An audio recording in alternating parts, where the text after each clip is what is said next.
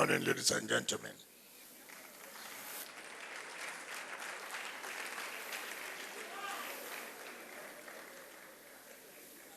I know you love this voice.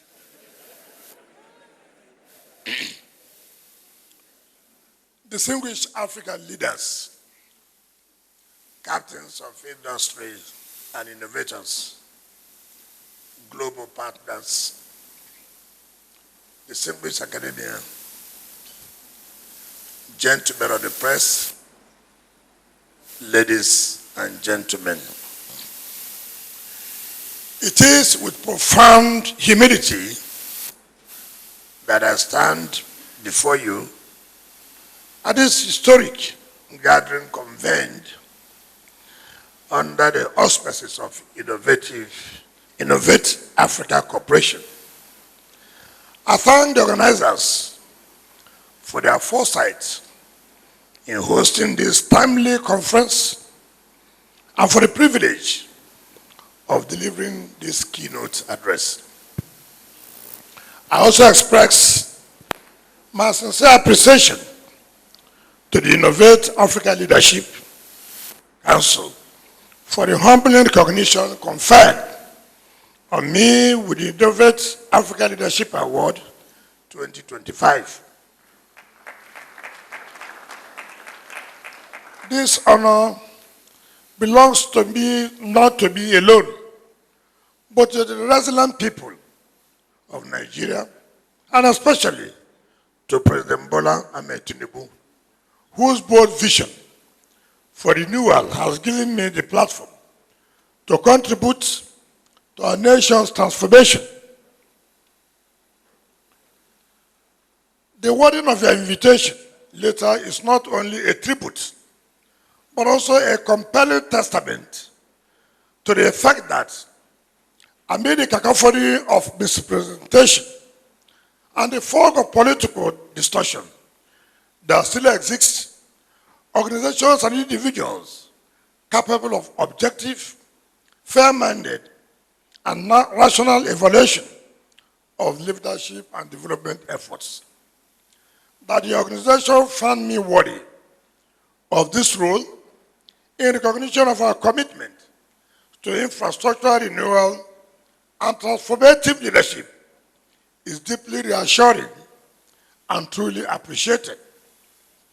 In an age when leadership is too often viewed through partisan lenses, the invitation stands as both a sitting balm and a powerful vindication, an affirmation that purposeful governance, anchored on vision and accountability, still commands genuine recognition.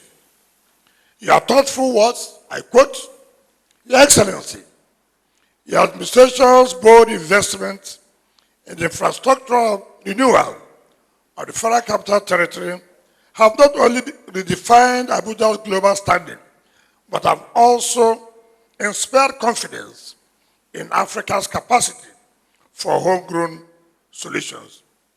End of quote. Are not only taken as flattery, but as a sincere acknowledgement of the collective effort and transformative strides we are making in Abuja. Such commendations, echoed by many deciding voices from both within and beyond our borders, strengthen our resolve to continue serving with conviction and excellence. Let's take a retrospect, reflection on Africa's present moment. Africa today stands at a historic crossroads. On one hand, we are endowed with immense natural wealth, fertile lands, vibrant cultures, and the youngest population in the world. We're a continent of extraordinary promise, alive with creativity, innovation, and a deep cultural heritage that has shaped humanity itself. Yet, on the other hand, we continue to grapple with weak institutions, infrastructural deficits, widespread unemployment, poverty, and recurrent governance failures that have constrained our progress. This is the paradox of our age. How can a continent so richly blessed remain so constrained? How can such abundance coexist with scarcity?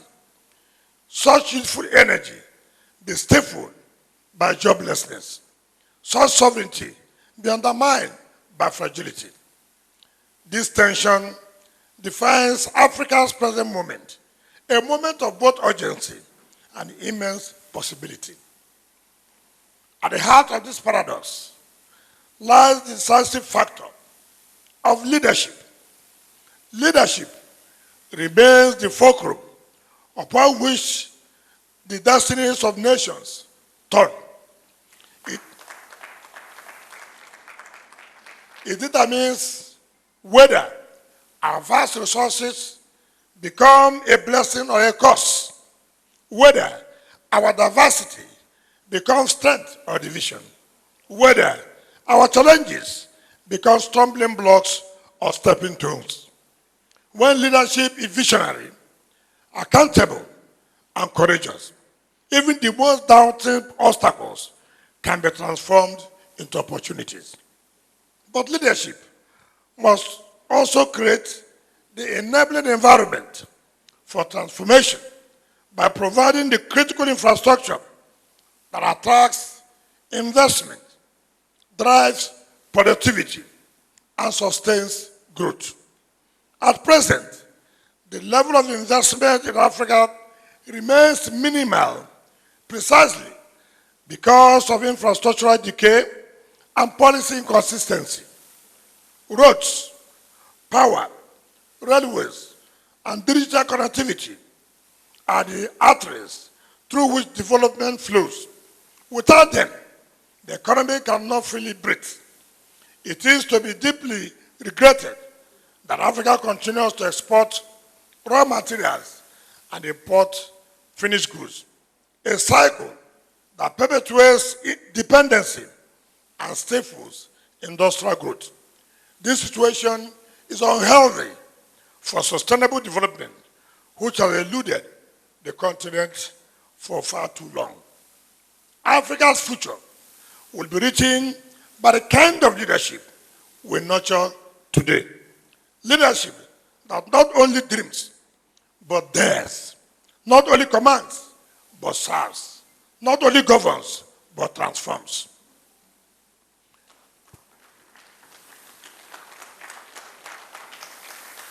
Read that leadership in the 20th century. To Africa's future, we must first rebuild leadership itself. The time has come to move beyond transactional leadership, the kind driven by personal gain, patronage, and short-term calculations. To embrace transformative leadership rooted in vision, courage, service, and accountability. Leadership must not exploit, empower. It must not rule, but serve. It must not merely transact, but transform. Many commentators agree that the greatest impediment to Africa's progress and the chronic element development for decades is the plague of poor and mediocre leadership. Across the continent today, both military and civilian dispensations, leaders have often emerged through self-serving conspiracies that bear little or no relation to national interest or development. Consequently, many African nations have been saddled with leaders unprepared for the enormity of leadership. The result is a tragic pattern of groping in the dark, with nations endlessly experimenting with the fundamentals of development, basic infrastructure, primary healthcare, functional economies, efficient democratic and judicial systems, and credible institutions. The 21st century calls for a new kind of African leaders who are prepared, principled, and passionate. Leaders who embody vision, and resilience. Leaders who believe in Africa's boundless possibilities and act decisively to unlock them. They must be bold enough to make difficult but necessary decisions. Must be bold enough to make difficult but necessary decisions. Proactive enough to anticipate the future, and committed enough to build systems that prioritize excellence over mediocrity, performance over politics. The leadership that Africa deserves in the 21st century is one that's about caring rather than controlling. A true leader must see himself as a servant, humbled by the weight of responsibility he carries for the welfare of the people. Africa is in urgent need of servant leaders. Leaders who do not see themselves as bosses, but as mentors, genuinely committed to the building of communities and of upliftment of people. Harry Gordon Selfridge and John C. Maxwell captured this distinction beautifully. I quote, "A boss drives his team. A leader guides them. A boss relies on authority. A leader relies on trust and goodwill. A boss inspires fear. A leader inspires enthusiasm. A boss, I. A leader says, we. A boss demands punctuality. A leader is early to lead by example. A boss blames when things go wrong. A leader fixes the problem. A boss knows the path. A leader walks it with the team. A boss says, go. A leader rallies his people with, let's go together. True leadership then is not about position or power, but about inspiring, serving, and joining with those you lead. This is the kind of leadership Africa must embrace if we are to move from stagnation to transformation. Leadership is not an abstract ideal. It is a living reality where both vision meets purposeful action. Here in Abuja, we have witnessed how infrastructural renewal, anchored on political will and strategic investment, can turn aspiration into achievement. Roads that were once impassable are now open. Bridges connect communities. Public spaces, once abandoned, now thrive with life, enterprise, and hope. These are not mere structures of concrete and steel. They are symbols of what is possible when leadership dares to dream and to deliver. President Tinubu's commitment to difficult but necessary reforms further reminds us that leadership is ultimately about sacrifice for the greater good. From the first day of his presidency, Tinubu demonstrated courage by confronting one of Nigeria's most terrible challenges, the removal of the fuel subsidy. Let me briefly, when I was talking about leadership, I said you must take decision. Very difficult decision that you are being confronted with. That's what makes about leadership. When a leader cannot take decisions at challenging times, then that is not leadership. All of us are aware today, so many states can say we have resources to carry out development. We have resources to provide infrastructure. We are no longer running around banks. We are not looking for how banks will give us money. So much money is now in the hands of state. But what is important, what you use the money to is a different thing. But leadership has been provided by taking a decision that has made this money to be available to the various states. What the states do with FCT is not the concern of those that leadership is given to. For me, giving me the responsibility as the Minister of the Federal Capital Territory, I have that political will without any apologies to anybody to make sure Abuja competes with other cities of the world.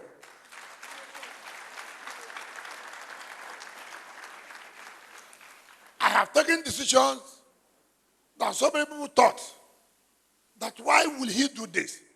Can he stand this? 3 days ago, I was informed that the police was constructing houses under the high tension, and the development control went there to say, no, you cannot do this. The police arrested them. And I called the DIG operation. You arrested them. I will go there by myself, and I will not allow it to happen. And I went there. I saw the high tension. And I said, look, we must say that you cannot, under my leadership, this will not be allowed. And I told the development control, bring down the buildings. Heaven will not fall. Heaven will be at rest. And as I speak to you, heaven is at rest. That is leadership. It doesn't matter who is involved. It's leadership. People come to us, you know that things are wrong. What you are doing is wrong. It has nothing to do with the political party you belong to. It has nothing to do with Jeff. No. People talk about criminals taking over the entire Abuja. It's okay. We'll go and locate them. We'll identify where they are. And we went. And we say, oh, these are shanties. We will not allow these shanties in the city. Bring them down.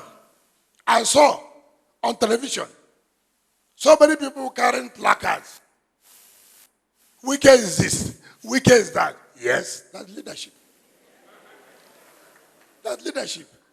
Somebody has to take decision. And I have taken the decision.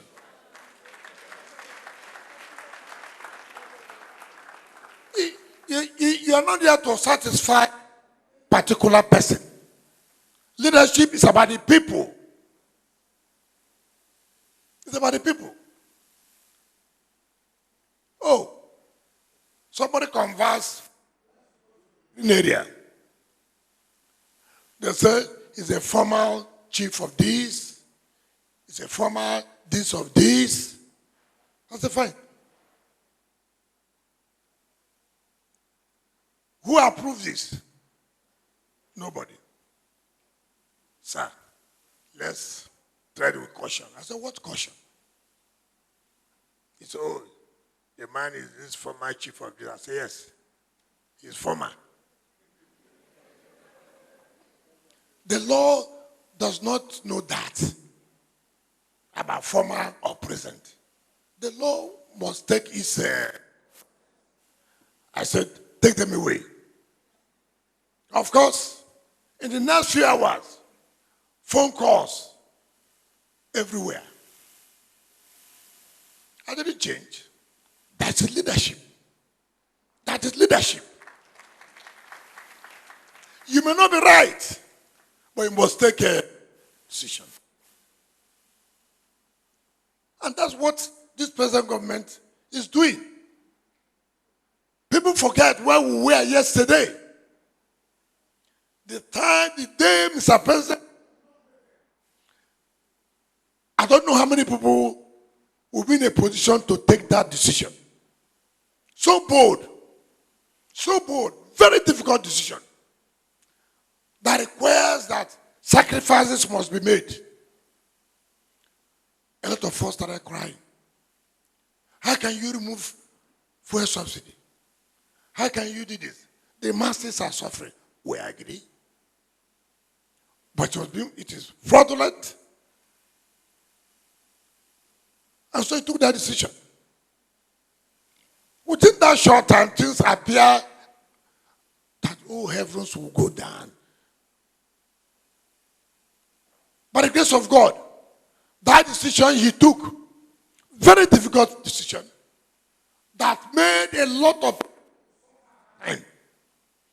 prices of fuel up, this up. But today things are stabilizing. Money have been put in the state.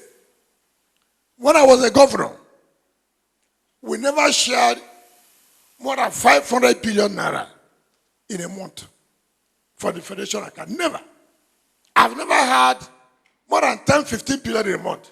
Today, states are sharing not less than 2 trillion every month. Why?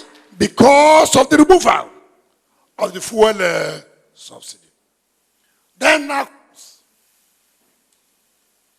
as the leader of the FCT, as the leader of State A, as the leader of B, as the leader of State C, it behoves on them, on us, to provide leadership. Leadership that's not transactional. Leadership that builds commitment. Leadership that provides infrastructure. 2 days ago, we were in a weird district. Contract was awarded to develop Wike district 2009. 2009. 16 years ago. A contract to develop a district. 2009. And we are 2025. 16 years ago. And I asked people, where was the leadership to develop a district that has about 7 and something hectares of land, provide roads and the basic infrastructure for people to move in for residences and carry out their economic activities, commercial activities? No way. But today you have a leadership that said, look, we can't continue this way. We must have to fix it. It took that leadership 2 years to fix it. Today, everybody who's saying we are, or those of you who have access to we, you can now see. A country like this, just to have ordinary, that's very common in all over the world. For train stations to operate became difficult. Millions of dollars.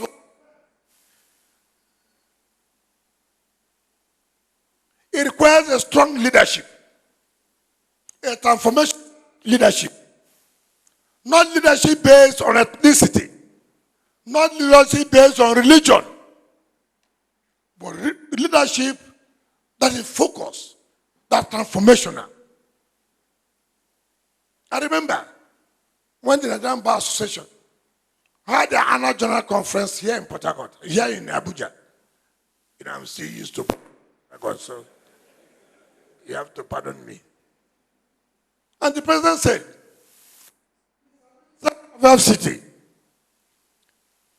I want to ride on the train to the airport. I want to. I'm not interested in land. I want to ride on that train. It didn't take us 1 year. That train is working, it's operational. That is transformational leadership. That leadership that's focused. That's what Mr. President has done. And here, Nigeria, in Africa, we're only talking about leadership based on where you come from. Leadership based on relationship.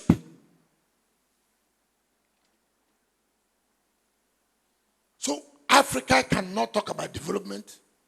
Africa cannot talk about progress if leadership is transactional, if leadership is based on relationship, if leadership is not transformational. Forget it. Forget it. And I believe, by the grace of God, Nigeria is going to see a new narrative. I know that a lot of us are not patient. Yes. But you forget that things have been so bad. So bad. It's not where somebody is sick, pastor, or a prophet calls you. Nathan. It's different. So you are healed, go. It's different. This requires time. This requires taking tough decisions. And then it will take time before you begin to see results. But by the grace of God, the results are coming, trickling in.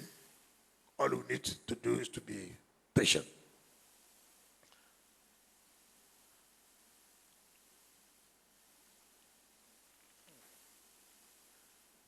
Equally, transformative leadership, equally transformative is his effort to decentralize governance and address the structural imbalance. I was talking about what the president was doing. So that it can flow.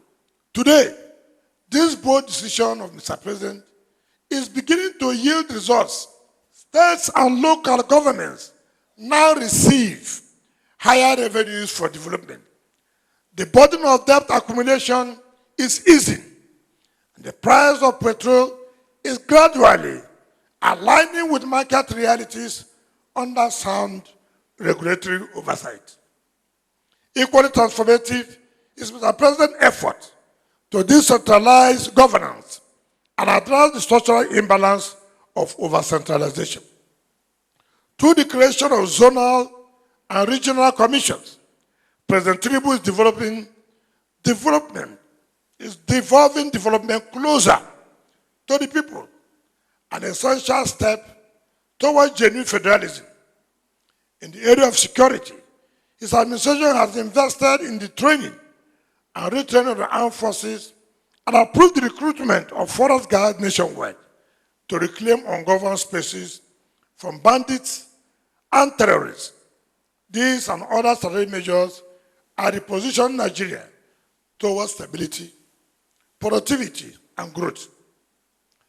Yet, it must be emphasized that no leader, however visionary or determined, can succeed without the support and cooperation of the people.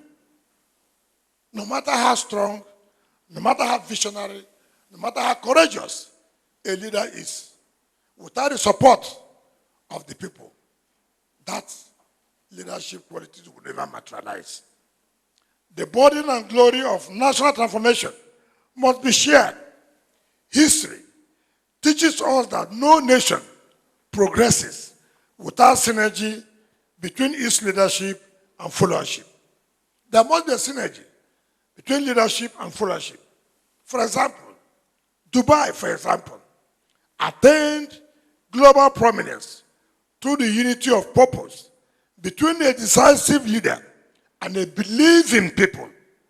For as Yasser Jarrah observed, I quote, Dubai had a leader who acted quickly and decisively, not shaken by challenges, and had his people backing him and believing in his vision.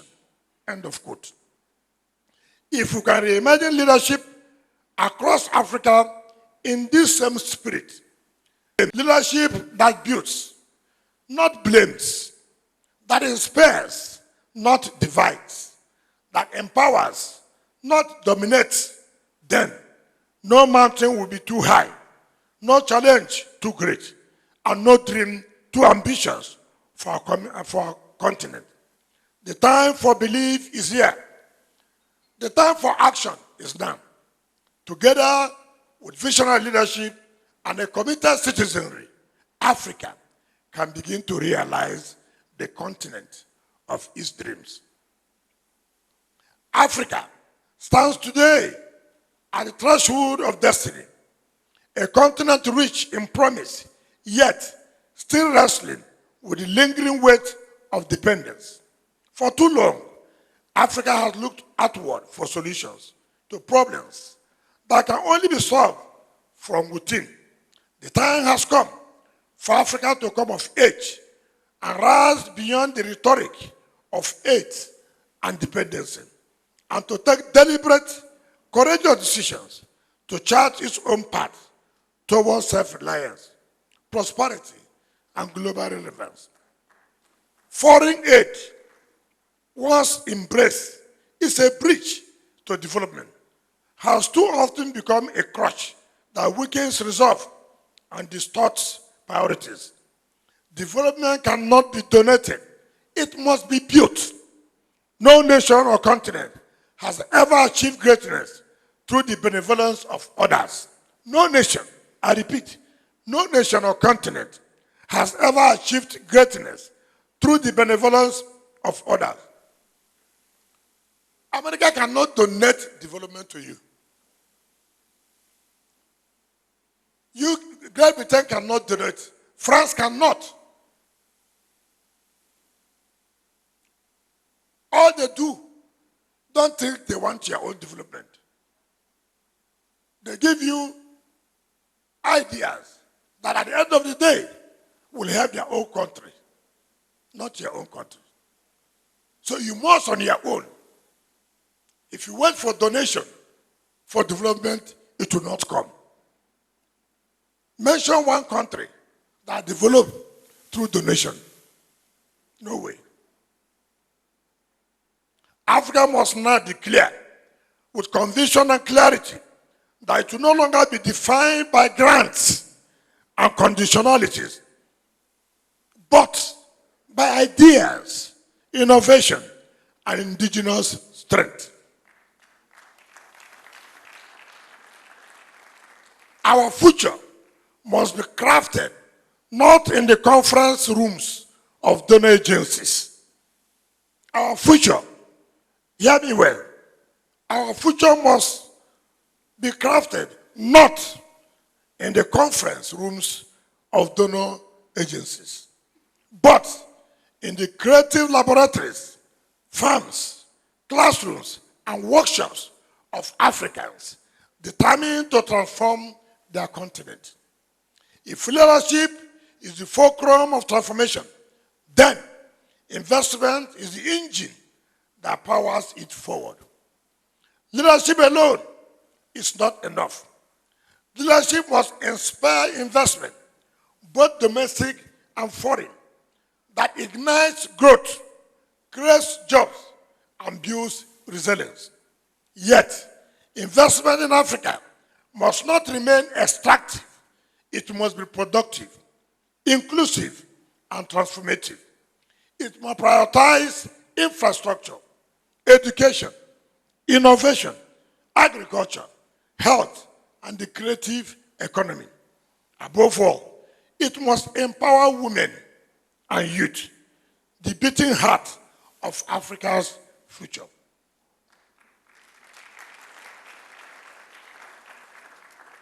70% of Africa's population is under the age of 30. This is not a statistic. It is a revolution waiting to happen. If we invest in our youth through education, digital literacy, entrepreneurship, and skills training, we will unleash the greatest demographic dividend in human history. Already, Africa's youth are pioneering fintech in Lagos and Nairobi, building creative hubs in Dakar and Accra, and revolutionizing agriculture in Kigali and Addis Ababa.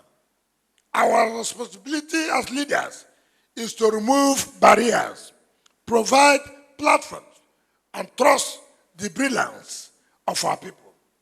The energy, creativity, and resilience of Africa's young population are not just assets, they are the very instruments of the continent's transformation. I've often argued that infrastructure is not merely about roads, bridges, or buildings. It's about opportunity, access, and dignity. It's about connecting farmers to markets, children to schools, patients to hospitals, and innovators to investors. In Abuja, we are sought to reimagine infrastructure as the backbone of a city, for a city worthy of our national aspirations. And in doing so, we are demonstrating what is possible when vision meets political will. When leadership builds the enabling environment, stable power, strong institutions, transparent policies, and visionary governance, investment flows. Africa's greatest resource is not its oil, its minerals, or its fertile soil. It is its people. Across the world, Africans are excelling in technology, science, business, and the arts. They lead corporations, laboratories, and creative industries that shape global culture and commerce. If they can thrive abroad, they can thrive even more at home. What Africa needs is not philanthropy, but opportunity. Once the environment is right, Africa will not only retain its talent, but also attract the world's best minds to its shores. This is why we must rethink how investment is conceived and executed on our continent. Africa is not a place of charity. Africa is a partner, a market, and a laboratory of innovation. Investment should not be about extraction, but empowerment. Not about exploitation, but collaboration. When investment is homegrown and inclusive, it becomes the lifeblood of transformation, building confidence, nurturing enterprise, and turning our demographic energy into economic power. In this regard, Africa has walked this road before. In 1980, under the Organization of African Unity, as it then was, our leaders adopted the Lagos Plan of Action, a bold Pan-African blueprint for economic self-reliance, industrialization, and regional integration. It was a visionary document that sought to place Africa's destiny in African hands. Unfortunately, it faltered not for lack of brilliance, but because of external pressures, mounting debt, the imposition of social adjustment programs, and limited political will eroded its foundation. Western prescriptions dismantled local priorities, while disunity among African nations weakened our collective resolve. Yet, the dream did not die. 4 decades later, it is being reborn to the African continental free trade area, the most ambitious project of economic integration in Africa's history. The AFTA represents the modern reawakening of the Lagos vision to build a single market for goods, services, and ideas driven by Africans, traded by Africans, and consumed by Africans. with 1.4 billion people and a combined GDP exceeding $3 trillion, Africa is no longer a peripheral actor in the global economy. It is the next epicenter of global growth. The AFTA is not just a trade agreement, it is a declaration of intent that Africa will no longer accept to be a supplier of raw materials and a dumping ground for finished goods. It is the cornerstone of Africa's second liberation. The liberation of its economy, it offers a renewed chance to industrialize, starting regional value chains, and negotiate global partnerships from a position of strength. Through regional integration, Africa can finally replace aid with trade and dependency with dignity. Africa's future lies in the hands of Africans who believe in the power of their own ideas and ingenuity. The world has seen what Africa can do when it believes, when it builds ancient civilizations that still astonish scholars, when it produces leaders who change the course of history, and when its sons and daughters abroad lead global innovation. That same spirit of greatness still resides within us.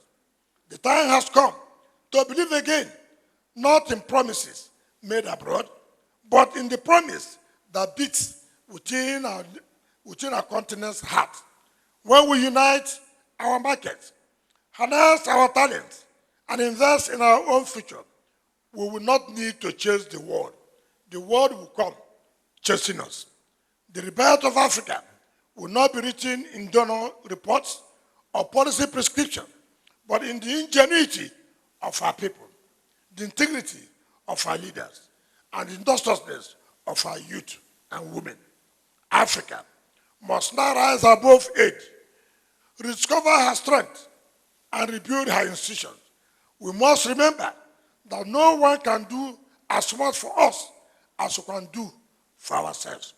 And that in this world of concrete interest, there's no free lunch and no lasting handout. Let us therefore reimagine investment, reclaim our self-reliance, and reposition Africa not as a continent waiting for benevolence, but as a continent prepared to lead. The future of global prosperity will be written here on African soil by African hands and for the glory of Africa and all humanity.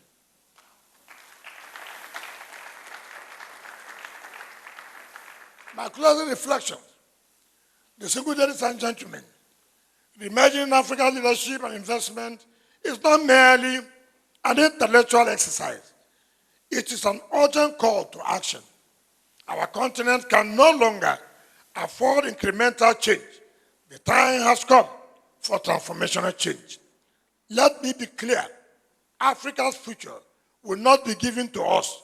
We must build it, and we must build it now. The future I see is an Africa where leadership is rooted in service and integrity, not in privilege and power. Where investment fuels inclusive growth, lifting millions from poverty into prosperity. Where youth and women stand at the forefront, driving innovation, creativity, and governance.